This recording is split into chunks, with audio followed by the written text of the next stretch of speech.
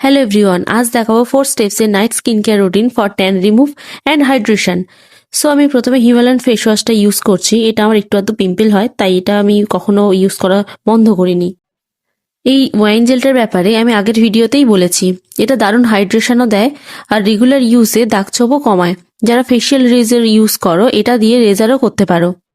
তাছাড়া এটা ইউজ করলে দেখেছি আমার স্কিনটা যথেষ্ট স্মুথ হয়ে যায়, দারুণ লাগে দেখতে। দেন ইউজ করছি আলফস গুডনেসের রাইস ওয়াটার। এটা আমি প্রায় শেষ করেই ফেলেছি। এটা পোর কমাতে ও গ্লো এনহ্যান্স করতে আমাকে যথেষ্ট হেল্প করে। আমি পার্পেল থেকে এটা কিনেছি। ফাইনাল স্টেপসে আমি ইউজ করছি ডার্মডকের 2% কোজিক অ্যাসিড, নায়াসিনামাইড এবং আলফা আরবিউটিনের একটা নাইট ক্রিম। এটাও পার্পেল থেকে কিনেছি। এই দুটো প্রোডাক্ট পার্পেলের নিজস্ব প্রোডাক্ট, তাই এটা ফেক হওয়ার কোনো চান্সেস থাকে না।